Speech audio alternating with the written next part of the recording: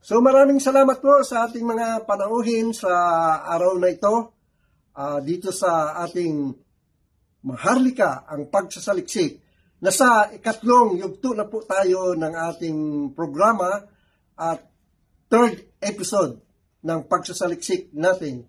At sana po ay patuloy niyong suportahan at tangkiligin ang ating Maharlika sa pamamagitan ng subscribes, likes, share, and comment. At sana po ay huwag kayong magsawa at patuloy na magsusubaybay upang mas malaman natin kung ano ang kahalagaan ng Maharlika noon, ngayon, at bukas. Maraming salamat po at maligayang Pasko sa inyong lahat. Maharlikang araw at masayang buhay. Ako po si Deo Palma, dating misyonaryo ng yoga at meditation for the last 20 years at naglibot-libot na rin po sa iba't ibang buok ng ating mundo. Sa South America, sa Africa, Europe, Asia at Southeast Asia at nakapaglingkod na rin po sa ating mga ka-earthlings sa panig ng mundo na yon. Sa ngayon po ay nandito tayo sa Bayang Magiliw, Perlas ng Silangan, ang Bayang Mahal at patuloy pa rin na nagsiservisyo sa ating komunidad at sa ating mga kababayan. Sa ngayon po ay mayroon tayong mga guest at tanungin natin sila para malaman natin ang kanilang mga opinyon, prinsipyo at adhikain tungkol sa Bayan ng Maharlika.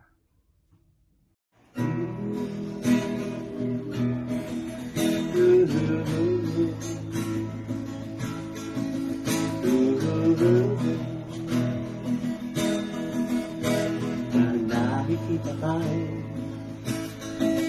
puso'y sumasaya, labis ng labi mo, paraiso na ako. Hawak kami kita, nasa ulap na, ngunit anong gagawin? Ay mayroon ka ng iba. Saan ang bangat mo? Hindi itawa na magpagawa ka.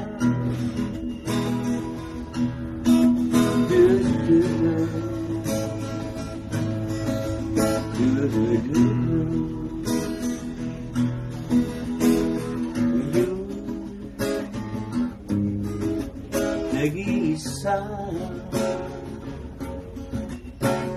ngayon, nag-iisa sinta.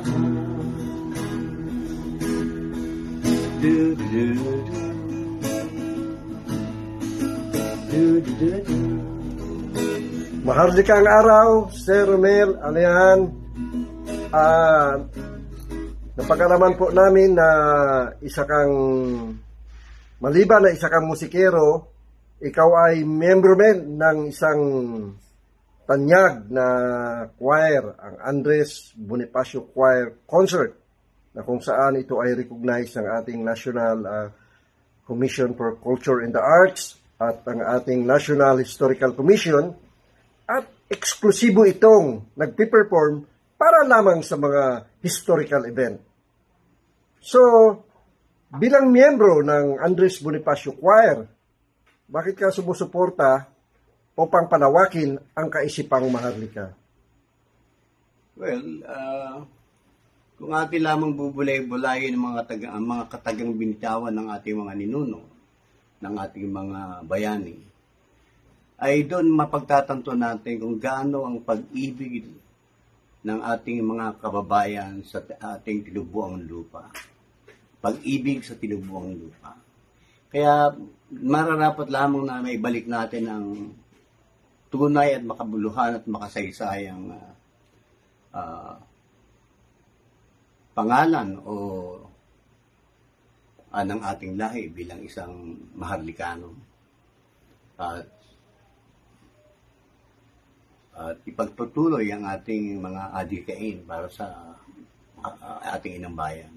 Kung gayon ay sumasang-ayon kayo o sumusuporta din kayo na maging maharlika ang bansang ito?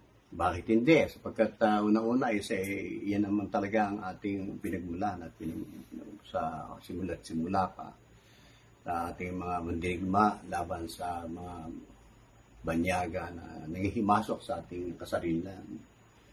Dapat lang para magkaroon tayo ng isang totoo, tunay at makabuluhang identity. Maraming salamat po, Sir. At hanggang sa muli, mabuhay ang Maharlika. Salamat po.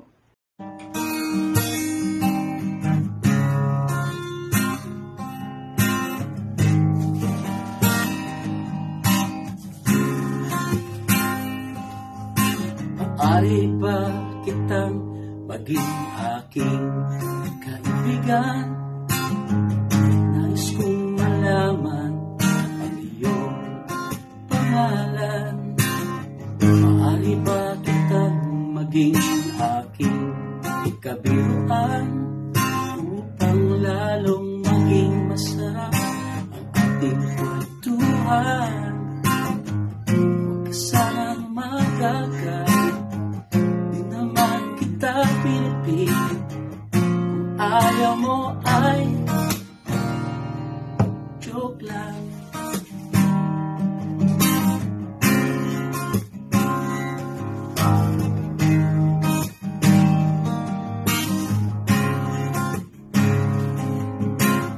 Maaari ba kitang tawagin aking mahal? Magkahawak kamay tayo habang namamasya. Maaari ba tayong mag-date at manood ng sine? Hahagan ko rin sana ang iyong labi. Huwag ka sanang maging masulit, di naman ako makulit. Kung ayaw mo ay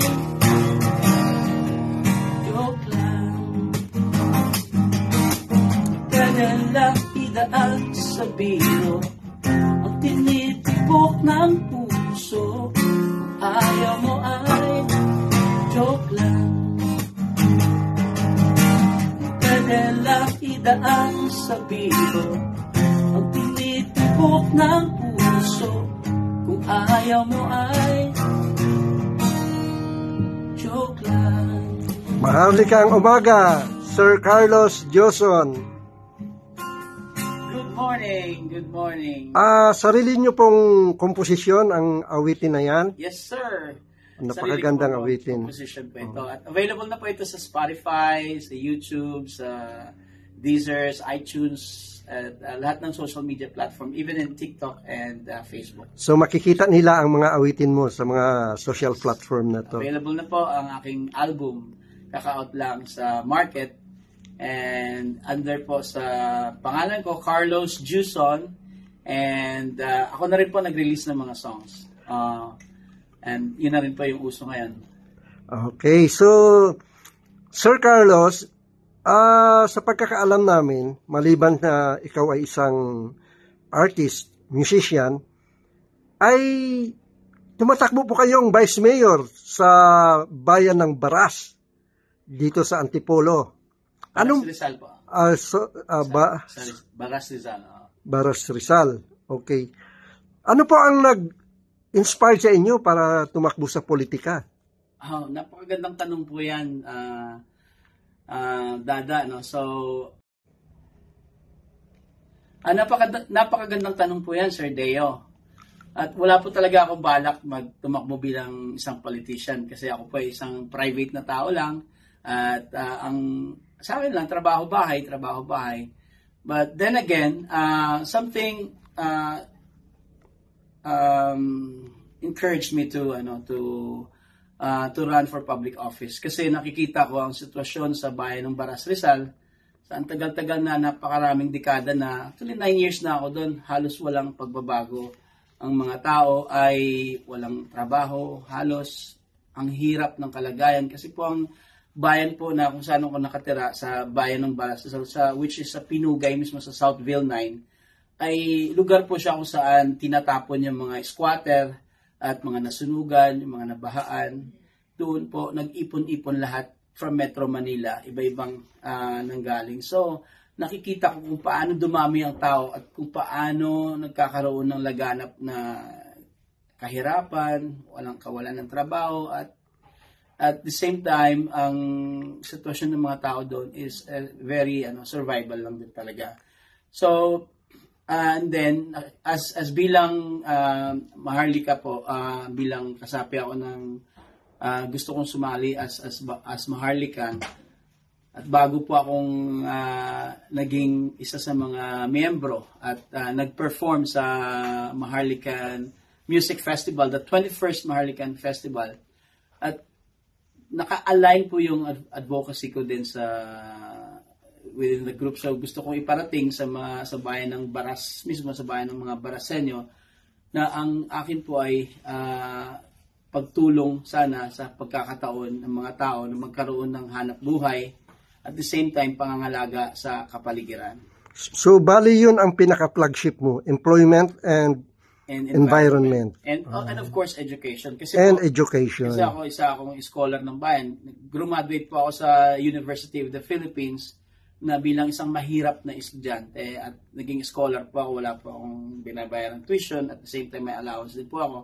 Gusto ko po maranasan din sa bayan namin na mayroon palang pagkakataon na dapat ibibigay ang gobyerno na with poor but deserving students like me, magkakaroon po ng pagkakataon na magkaroon ng napakataas na level ng edukasyon.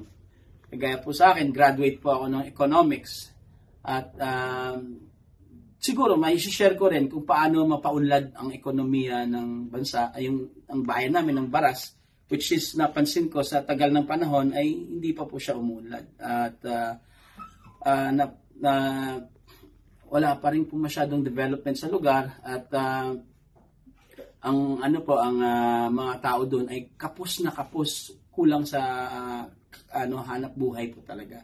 Kasi mabilis ang paglobo ng populasyon, at the same time yung paglobo ng opportunities is mabagal.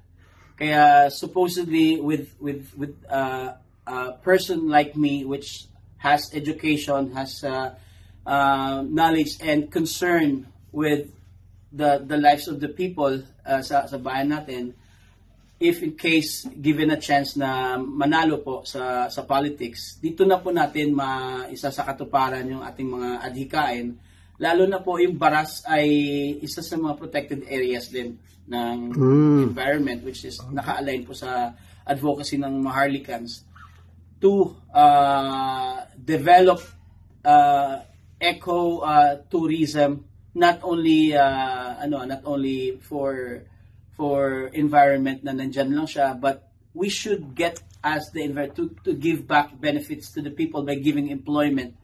So napakaraming resorts po sa lugar namin na although hindi po marami pong mga issues din na kailangan po rin natin suportahan yung mga maliliit na resorts, although it might had issues with environment, pero kailangan natin i-balance.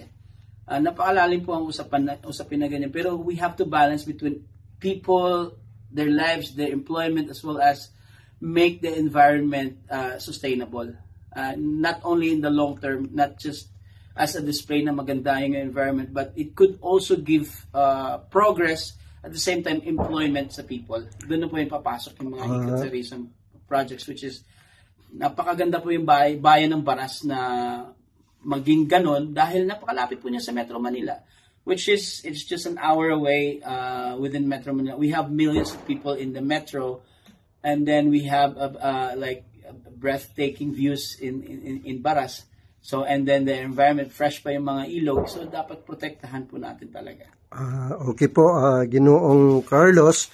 So sa gayon, dahil sinabi mong kasapi ka ng Maharlika Artists Writers Federation, Sila ay may advokasya para maging maharlika ang bayang ito. Anong masasabi mo? Wow, napaka gandang tanong po 'yan at yun naman po talaga ang totoong pangalan ng Filipinas in based on word of mouth and based on the old history books. In terms of Maharlika, we are like different level of people with different level of consciousness. And dapat we are Maharlikans na may puso, pangangalaga sa tao, hindi lamang we get influence from other foreign entities, but we as Maharlikans, we have our own identity. So you are aware that the Filipinos came from King Philip of Spain? I'm not sure about that. Kasi Yeah. syempre, the Spaniards came lang lately, but before them we have already established our own culture, and we have our own language, we have our own system of writing, 'di ba? So lahat ng based on history, 'di ba? Sinunog nila lahat ng mga libro as much as they can to erase the originality of the Maharlikan people, which is innate na dito sa lupa natin na Pilipinas ngayon. Okay po. So maraming salamat, sir, at saka naway magtagumpay kayo ang inyong independent party at isakatuparan ang iyong mga pangarap para sa ating kapaligiran, sa ating community at para sa Maharlika. Maraming salamat po at magandang buhay. Maraming salamat din po at binabati ko rin po yung ating kong Mayor Tom Dilidili, yung aking kasama po at ang Team Dilidili Huson. Naway po ay bigyan niyo po kami ng pagkakataon na para po sa mga Baraseño na kami naman ang maglingkod sa bayan at may ipakita po namin ang tunay na pagbabago na may malasakit sa mga tao at sa kapaligiran. Maraming salamat po at mabuhay kayo, mabuhay ang inyong adhikain at simulain para sa komunidad ng Baras at sana po ay sa sangkatauhan na rin. Maraming salamat po. Maraming salamat. Tao, ba't ganyan ang asal mo? Kapwa mo'y inulupog mo. Sa halip na tulungan mo, tao ka nga bang totoo? Sisirain mo siya ng todo-todo para ikaw ay mabuti sa tao at harap ng mga kaibigan mo. Hindi ka ba naawa sa kapwa mo?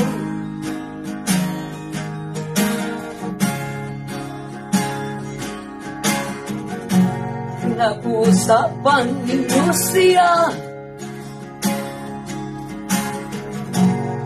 tungkol sa nakaraan niya. Kayo ba'y nagbago na?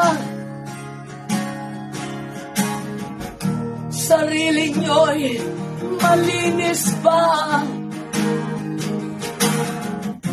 Kaya tao, tigilan mo na. Kapapansin sa kanya. Sariling buhay ay ayusin mo na. Hindi ka ba naawa sa kapwa mo? Maharlikang araw po. Maharlikang araw, Queen Rosas, the Queen of Rock. Yes, hi po So, sa mga manonood. Miss Queen, sarili mo bang komposisyon yung tao? Yes po, kinumpose ko po yan noong 1990s. 1990s. Opo. Kailan ka ba pumasok sa industriya ng musika, ng singing? Actually po, ako ay naging musikera 14 anyos pa lang sa Naga City. Ako po ay isang Bicolana na tubong nitibong Ragay, Camarines Sur. And dyan po ako nagsimula at umiiyak pa po ako noon na nagtitipa ng gitarang ganito kasi ang tigas-tigas po ng ng gitarang hawak-hawak ko. Ayan, dyan po ako nagsimula. At tumugtog po ako ng 14 years old sa Olongapo City. Kami po ay mga rock band na mga babae kami. Tapos po, pagkatapos niyan, 2 years kaming nag-stay at tumugtog sa Olongapo. Ako po ay nakarating sa Okinawa, Japan. Lead guitar po ako ng banda at sa China, sa Korea, sa Hong Kong. Ayan po, sa American base po ako tumugtog kasama ng aking grupong mga babae. At pagbalik ko po ng Pilipinas, ako po ay naging vocalista naman ng isang banda na ang pangalan ay Aftershock at ang isa ay ang Holy Smoke Band. At pagkatapos po nun, bigla po akong napunta sa mga folk singer at yan po, diyan ko po na nakasama ang mga veterano Freddie Aguilar, Asin, Tita Sampi, Sampaguita, ayan po mga na-encounter ko yung mga si Mike Hanapol at lahat-lahat po. Hanggang ngayon po, ako ay acoustic soloist. Pero pag sa concert po, ako ay the drums ang aking paa habang kumakanta at nagigita. So ayon sa aming pagsasaliksik, ikaw ngayon ay isang vice presidente ng Maharlika Artists and Writers Federation. Tama po ba? Yes po. At alam mo po ba na ang isa sa mga advokasya nila, syempre bilang vice presidente, ay maging Maharlika ang bansang ito? Yes. Payag po ba kayo maging Maharlika ang bansang ito? Yes naman po. At bakit? Alam niyo po ba, ang Maharlika, bilang isang Maharlika, parang hindi kayong ordinaryong tao. Ang pagkakaintindi ko talaga sa Maharlika, kakaiba. Kakaiba talaga pag naging Maharlika ka. At syempre po, habang nasa Maharlika, pati po yung iyong kalusugan ay, kumbaga, nandun din po dahil tayo ay nasa, habang tayo ay mga vegetarian, at nagme-meditate, natutulungan din po ang sarili na kahit kunyari magkaroon ka ng sakit, natutulungan mong mapagaling sa sarili mong pagme-meditate. At bilang isang Maharlika po at vice presidente ng MAWAF, ng Maharlika Artists Writers Federation, ako po ay talagang tutulong sa samahan ng Maharlika para lalong maging maganda po ang ating MAWAF na samahan. Ayan po. Okay po, Miss Queen, at maraming salamat, Maharlikang araw at magandang buhay. Thank you so much po sa lahat ng mga manonood. Thank you. So maraming salamat po sa ating mga panauhin sa araw na ito, dito sa ating Maharlika, ang pagsasaliksik. Nasa ikatlong yugto na po tayo ng ating programa at third episode ng pagsasaliksik natin. At sana po ay patuloy niyong suportahan at tangkiligin ang ating Maharlika sa pamamagitan ng subscribes, likes, share, and comment. At sana po ay huwag kayong magsawa at patuloy na magsusubaybay upang mas malaman natin kung ano ang kahalagaan ng Maharlika noon, ngayon, at bukas. Maraming salamat po at maligayang Pasko sa inyong lahat.